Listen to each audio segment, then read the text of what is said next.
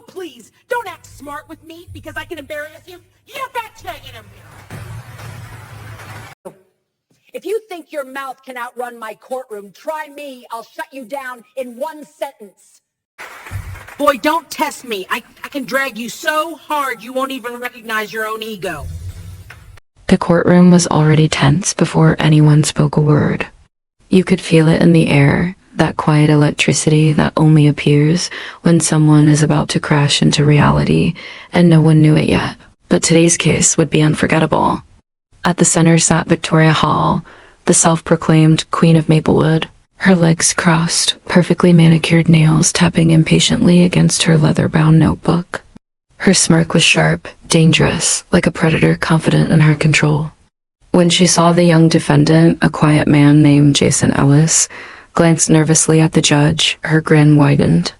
"You're out of your depth, aren't you?" she whispered just loud enough for the microphones to catch.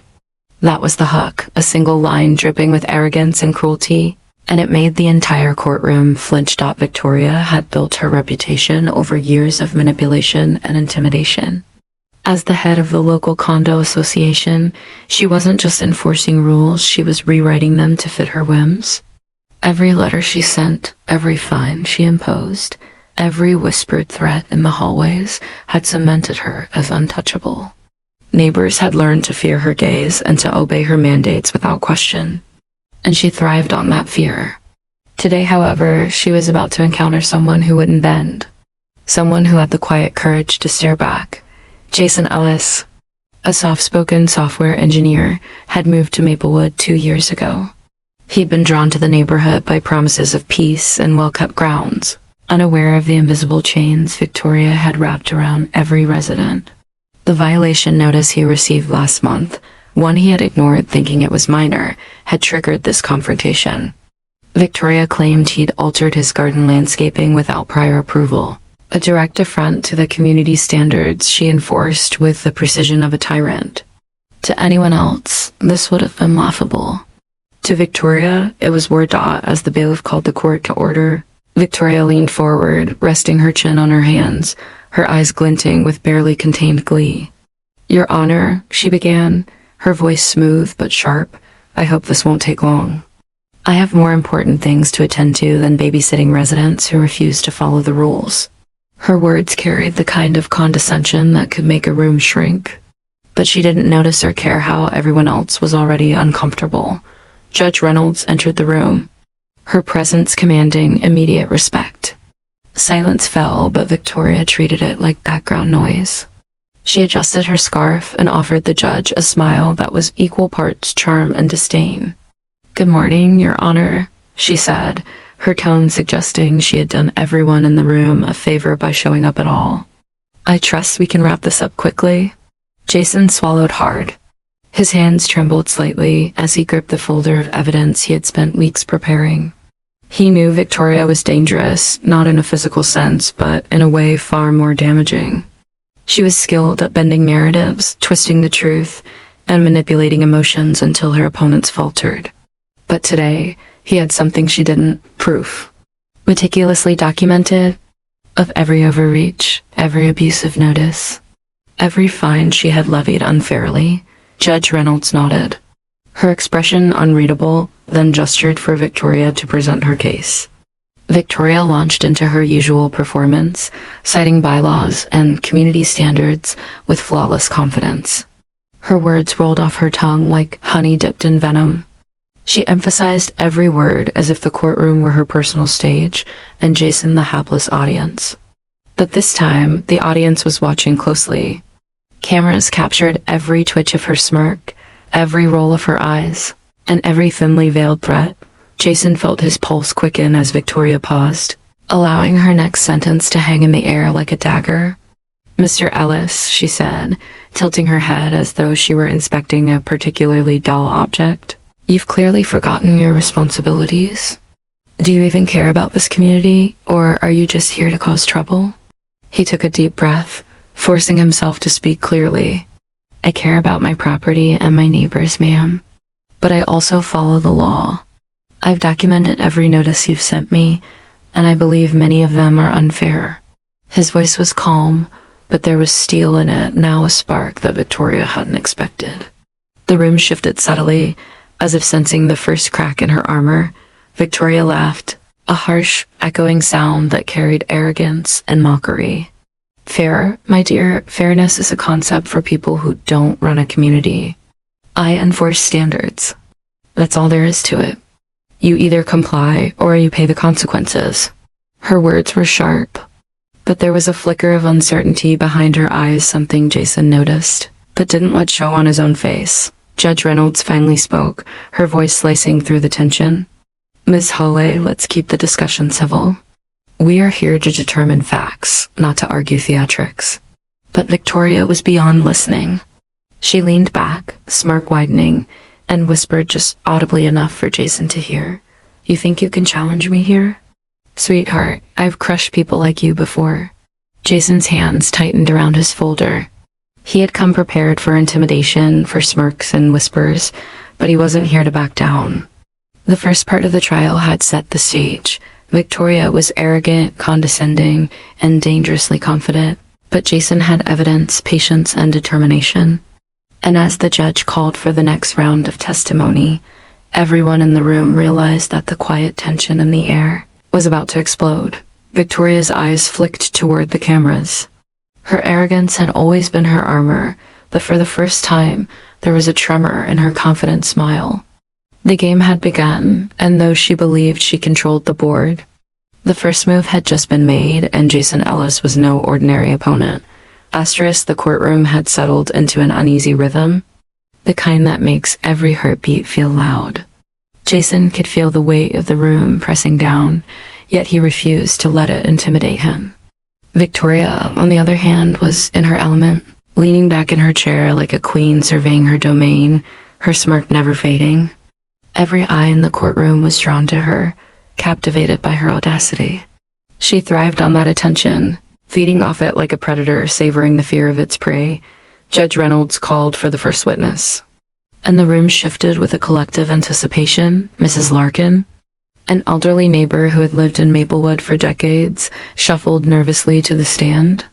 Her hands trembled slightly as she clutched her handbag. Jason had spoken to her beforehand, gathering her testimony about Victoria's unfair practices and intimidation tactics. Now, she was the first to give the jury and the cameras a glimpse behind Victoria's carefully constructed mask. I've seen Miss Holloway find residence for the smallest things, Mrs. Larkin began, her voice shaking, sometimes for things that weren't even violations. I thought I was imagining it at first, but then I saw it happen over and over. Her gaze darted toward Victoria, who leaned forward, narrowing her eyes. You're lying, Victoria hissed, her voice cutting through the room like a whip. I follow the rules. Every fine, every notice is justified. Jason felt a surge of anger. He knew this was Victoria's tactic: intimidate, disrupt, scare witnesses.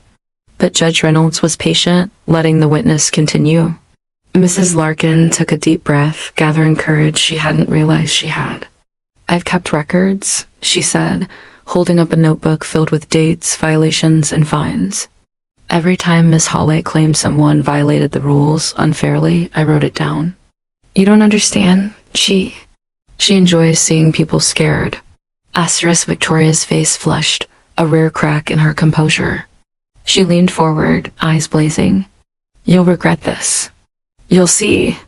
You think I'll let this go? Her words were venomous, yet there was a subtle tremor, just enough to make Jason notice. Jason rose slowly, keeping his voice calm. Your Honor, I'd like to present my own evidence now. Every notice, every fine I received, every communication from Miss Holloway has been documented. Some of these fines were not only unjustified but violated local laws. I have all the proof here.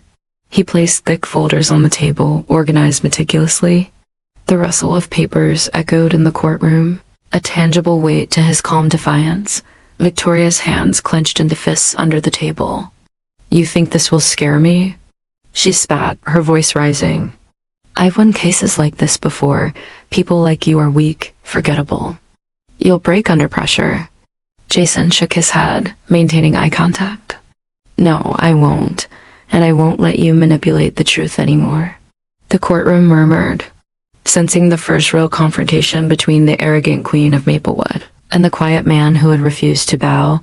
Judge Reynolds interjected, her voice firm but fair.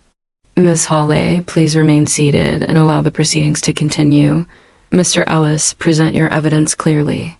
Jason began laying out the documents one by one. The room grew quiet as he detailed each incident. Fines issued for minor changes in landscaping. Notices sent with impossible deadlines.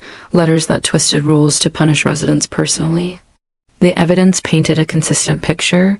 Victoria's management style was not just strict, it was cruel. Victoria's composure was fraying. She tapped her fingers against the table, jaw tight. For the first time, she realized that Jason wasn't just a nervous opponent. He was organized, calm, and relentless. Every time she tried to interrupt, Jason presented another piece of evidence, another witness, another layer of truth that chipped away at her control. Then came the turning point. Jason's attorney called a second witness, a young man who had recently moved into Maplewood. He stepped forward, looking nervous, but spoke with conviction. Miss Hawley forced me to pay fines for things that weren't even my responsibility, he said. She made me feel like I was constantly walking on a tightrope. I didn't know if I'd get fined next for something small or nothing at all. Victoria's eyes widened for the first time. She whispered sharply, "This isn't happening. It's not possible." Her voice, once confident and sharp, now carried panic beneath the surface. Judge Reynolds leaned forward, scanning Victoria with a steady gaze. "Miss Hawley, these testimonies are serious. Do you have a response?" Victoria's voice rose, shaky but still loud enough to assert dominance. I follow the rules. This is harassment. They're lying." But the tremor in her voice betrayed her. The courtroom could feel the shift. The arrogance that had been her shield was beginning to crack under the weight of evidence and testimony. Jason watched quietly, feeling a mix of relief and cautious anticipation. He knew the battle was far from over, but the first blow had been struck. He had shown that Victoria's authority wasn't absolute, that even the most intimidating figures could be challenged. The camera pans caught every flicker of expression on Victoria's face, fear, mingling with anger, desperation struggling with pride. The audience watching from home would see the unraveling of a carefully constructed empire of fear. And Jason? He remained calm, focused, and ready for the next move. As the judge called for a short recess, the tension in the room was palpable. People whispered among themselves, casting glances at Victoria that were now tinged with skepticism. For the first time, she was no longer untouchable. And in that moment, Jason realized something crucial. The fight wasn't just about fines and violations, it was about justice, dignity, and proving that even the smallest voice could challenge a tyrant. The next round of testimonies would determine the course of the case, and both Jason and Victoria knew that the stakes had never been higher. Behind the courtroom doors, a battle of wits, emotions, and nerves was about to escalate into something neither side could predict. The courtroom reconvened after the recess, and the atmosphere had shifted palpably. Where moments ago there had been whispers of disbelief and quiet tension, now there was a buzz of anticipation. Victoria's confident facade had begun to crack, and everyone in the room could sense it. The spectators, the jury, and even the court staff seemed to lean forward, as though the next word spoken would determine the entire trajectory of the case. Jason returned to his seat with a quiet determination. He felt the weight of the moment pressing down on him, but refused to show it. He had prepared meticulously, anticipating every tactic Victoria might use. But he also knew this wasn't just about evidence anymore, it was about psychology. He had to break her aura of invincibility without appearing aggressive. Judge Reynolds cleared her throat, signaling the start of the next phase. "We will now hear from the third witness," she said, her voice steady, authoritative. "Please swear in the witness." The courtroom door opened, and a tall, middle-aged man entered. His face was marked by the exhaustion of someone who had been fighting a battle in silence for too long. This was Mr. Thompson, the former assistant to Victoria, who had resigned after months of enduring harassment and impossible expectations. Jason's heart raced. This was a critical moment. Mr. Thompson had first-hand experience of Victoria's manipulation and cruelty. He took the stand, his hands shaking slightly as he swore to tell the truth. Mr. Thompson, Jason's attorney began, can you describe your experience working under Miss Hawley? Mr. Thompson cleared his throat, glancing briefly at Victoria, who sat rigidly in her seat. It was unbearable, he said finally. She monitored every action, every word. She would create problems where none existed, assigning fines for things that weren't even issues. People lived in fear. I tried to do my job honestly, but it never mattered. Nothing I did was ever good enough. Victoria's face turned a deep red. She slammed her hand onto the table. This is ridiculous. You were incompetent and lazy. I gave you every opportunity to perform, and you failed. Judge Reynolds raised a hand, silencing her firmly. Miss Hall, please allow the witness to speak. This courtroom will not tolerate interruptions. Mr. Thompson nodded, taking a deep breath. I even witnessed you sending threatening messages to residents who questioned your fines. I kept copies of some of them because I feared what you might do next. I didn't want anyone else to be intimidated like I was. Jason felt a surge of vindication. This was the evidence he had needed, the testimony of someone who had worked inside Victoria's world. Someone who could confirm the pattern of intimidation and abuse. Victoria leaned forward, her voice sharp, attempting to regain control. This is lies. You're trying to ruin me. Her hand trembled slightly, a rare crack in her armor. Jason's voice was calm but firm as he addressed the court. Your Honor, we have emails, messages, and written communications that confirm Mr. Thompson's testimony. These documents will show a clear pattern of harassment and abuse of power by Miss Hawley. The judge nodded. Proceed. As Jason's attorney began presenting the emails, the courtroom fell into a hushed silence. Each message painted a picture of cruelty and vindictiveness, residents threatened for minor infractions, employees coerced into compliance, and arbitrary punishments meted out with an air of personal satisfaction.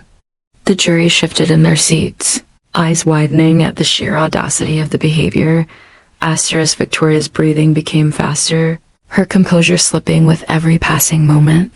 She could feel the tide turning, the room no longer under her control. Panic flickered in her eyes, though she tried to mask it with indignation. This is fabrication. They're all lying. You can't trust a single word. Judge Reynolds leaned forward, her tone sharp and commanding. Miss Hawley, the evidence presented here is substantial. You will have the opportunity to respond, but outbursts will not be tolerated. The tension in the room was almost unbearable. Jason's hands rested on the table, steady and unwavering. He could sense the final phase of this confrontation approaching. Victoria had relied on fear to manipulate everyone around her, but fear alone would not save her now.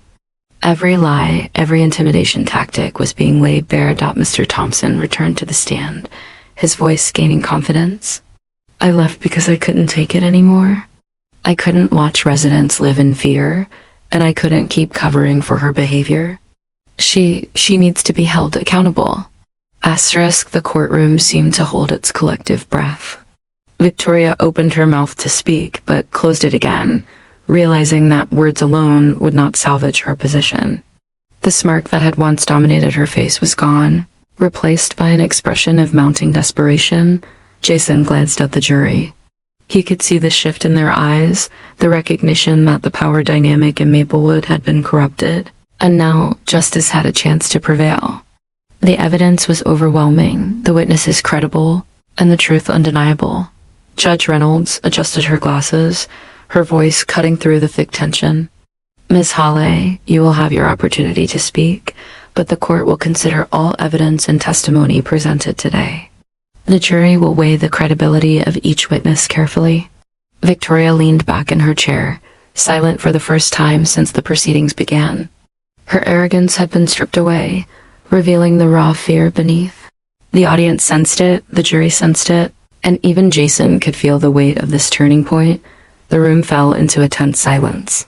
This was no longer about fines or violations. It was about integrity, accountability, and the consequences of abusing power. Victoria had been exposed, and there was no going back. As the day drew on, it became clear that the balance of power had shifted. Jason knew the fight was not over, but he had struck a decisive blow. The next round of testimonies would be even more critical, potentially delivering the verdict that had seemed impossible at the start of the trial. Asterisk. The courtroom had grown heavier with anticipation. Every eye was on Victoria Hall, the woman who had once ruled Maplewood with an iron fist cloaked in charm. Now, exposed, she seemed smaller, more fragile, but no one underestimated her yet. She still had the capacity for one last desperate move. Jason could feel it. The next witness was called Mrs. Elaine Rodriguez, a longtime resident of Maplewood, known for her calm demeanor and respected voice in the community. Unlike Mr. Thompson, she wasn't familiar with the inner workings of Victoria's schemes, but she had endured the consequences firsthand. Mrs. Rodriguez, can you tell the court what happened when you received Miss Hale's notice of violations? Jason's attorney asked. Elaine took a deep breath, her hands resting firmly on the stand. It was terrifying, she began. The letter accused me of multiple infractions I had never committed. The language was threatening, aggressive. I was told that if I didn't comply immediately, legal action would follow. It wasn't just fines, it felt personal, like she was targeting me specifically. I couldn't sleep for weeks. Victoria leaned forward, her eyes narrowing. That's absurd. I'm responsible for maintaining order in the community. You're making this sound like harassment. Judge Reynolds' voice cut through sharply. Miss Hawley, the witness is speaking. You will have your opportunity to respond, but you must remain composed. Elaine continued, her voice steady despite the emotion behind her words. I'm not alone. Many neighbors received similar letters. We felt scared, intimidated. Some of us were afraid to even attend community events. It was as if she was controlling not just the rules, but our lives. The room was silent, the weight of Elaine's testimony sinking in. Jason exchanged a glance with his attorney. Every word was adding up, forming an undeniable pattern. Victoria's usual defenses, smiles, threats, and deflection couldn't erase the reality of the fear she had instilled. Then, unexpectedly, Victoria's assistant, a quiet young woman named Lily, stepped forward. Her voice was trembling, but there was steel in her resolve. I can't stay silent anymore, she said. I saw her humiliate people in front of staff meetings. I saw her manipulate residents for her own amusement. I kept quiet out of fear, but enough is enough. Victoria froze. For the first time in weeks, her composure faltered visibly. You'll regret this. You think anyone will believe your lies? She hissed, her voice low and dangerous. Jason spoke up gently, yet firmly.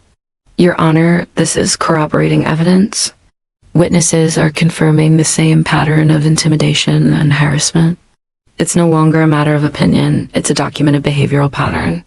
Judge Reynolds leaned forward, her eyes sharp and unwavering. Miss Hawley, I strongly advise you to remain silent unless spoken to directly. Any further outbursts will be noted by the court. Victoria's face twisted in frustration. Her plan had relied on charm, threats, and manipulation. Now, cornered by truth she could no longer deny, she was spiraling. The courtroom felt the tension in the air, the anticipation thick as fog. Elaine took a moment to compose herself, then added a final, powerful statement. We trusted her. We believed she was fair, but her actions proved otherwise. People were scared just to live here. We deserve justice. Jason could see the jury leaning in, absorbed in her words. The emotional weight of the testimonies was undeniable. He felt a rush of gratitude and pride. This wasn't just about winning a case, it was about exposing the truth and giving a voice to those who had been silenced. Judge Reynolds finally spoke, her tone measured but firm.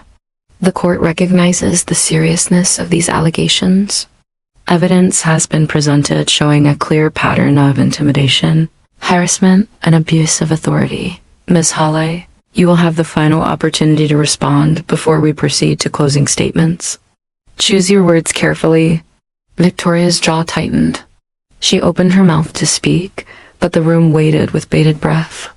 Every eye was on her, every ear attuned to the slightest sound. The arrogance that had once dominated her presence was fading.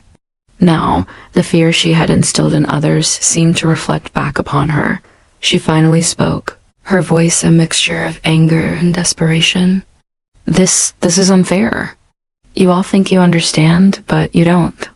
I did what I had to do to maintain order. You're twisting everything I said and did. Judge Reynolds raised her hand, cutting her off. Miss Hawley, the court has heard sufficient testimony. Your explanations will be weighed against the evidence. Any further outbursts will be considered contempt. Jason felt a surge of triumph beneath his calm exterior. This was the turning point. The witnesses had spoken, the evidence was undeniable, and the jury was now fully aware of the reality of Victoria Hale's actions. As the day ended, the courtroom buzzed with speculation and quiet conversations. The tension hadn't disappeared, it had transformed. The pendulum had swung decisively, but the final judgment, the ultimate reckoning, was still to come. Jason left the courtroom that evening with a sense of cautious optimism. The battle wasn't over, but he knew one thing for certain. The truth had been revealed, and Victoria Hawley could no longer hide behind fear and manipulation. The next day, the final testimonies and closing arguments would decide her fate, and the residents of Maplewood were about to see justice unfold. The courtroom was tense, almost suffocating with anticipation. Jason sat at the plaintiff's table, his hands clasped tightly, mind racing through every detail of the testimonies. Across from him, Victoria Hawley sat rigid, her fingers tapping nervously against the table. A stark contrast to the confident woman who had first entered the courtroom weeks ago. The judge entered, and the room fell silent. Judge Reynolds' gaze swept across the courtroom, piercing and unyielding. We are here to deliver the closing statements and, ultimately, the verdict in this case, she announced, her tone commanding attention. Jason's attorney stood first, voice calm yet powerful. Your Honor, members of the jury, we have presented clear evidence of Ms. Hale's systematic harassment and abuse of authority. Witness after witness, including longtime residents and even Ms. Hale's own assistant, had testified to the intimidation and fear she imposed on this community. This was not a misunderstanding. This was a deliberate pattern of cruelty and manipulation. Justice demands accountability, and today, we ask you to deliver that justice. Victoria's attorney rose, attempting to regain control. Members of the jury, I urge you to consider the full context. Ms. Hale's actions were in line with maintaining order and protecting community standards. There was no malicious intent. This case is built on misunderstandings and exaggerations. Please do not allow emotions to cloud your judgment. The tension in the courtroom was palpable. The jury exchanged looks, the weight of their responsibility heavy on their shoulders. Jason's heart pounded not from fear, but from a sense of righteous anticipation. He had fought tirelessly, and now it was up to the jury to affirm the truth. Judge Reynolds spoke again, her tone measured. Members of the jury, you have heard all testimonies and reviewed the evidence. You are tasked with determining whether Ms. Hale's actions were justified or constituted harassment and intimidation. Deliberate carefully, as your decision will impact not only the parties involved, but the entire community. The jury filed into the deliberation room. The courtroom waited in silence, the suspense almost unbearable. Victoria's face was a mask of barely contained panic, while Jason felt a quiet confidence settle over him. He knew the truth was undeniable, and it had been laid bare for all to see. After what felt like hours, the jury returned. The foreperson handed the verdict to Judge Reynolds, who unfolded it carefully. Every eye in the courtroom was locked on her.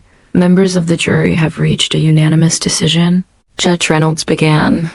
Her voice echoed in the silent room. We find in favor of the plaintiff, Jason Hartwell. The court recognizes that Ms. Hale's actions constituted a deliberate pattern of harassment, intimidation, and abuse of power. The damages imposed upon the plaintiff and affected community members are real and significant. Ms. Hawley, you are hereby held accountable for your actions. A collective gasp filled the courtroom. Victoria's face drained of color, her lips trembling. She looked around, as if expecting someone to intervene, to save her from the consequences she had so long evaded. Jason felt a mixture of relief and vindication wash over him. He had known this day would be difficult. that confronting Victoria Hawley would be daunting, but the truth had prevailed. Judge Reynolds continued, her gaze locked on Victoria. You will comply with the court's orders immediately, including restitution and public acknowledgement of the harm caused. Any attempt to evade this ruling will result in further legal action. Asterisk Victoria's assistant, Lily, exhaled, a weight lifted from her shoulders. She gave Jason a subtle nod, gratitude shining in her eyes. For her and the residents, this was more than a legal victory. It was a restoration of dignity. Jason stood, feeling the emotions swell inside him. He had fought not just for himself, but for the voices that had been silenced, for the truth that had been buried beneath fear.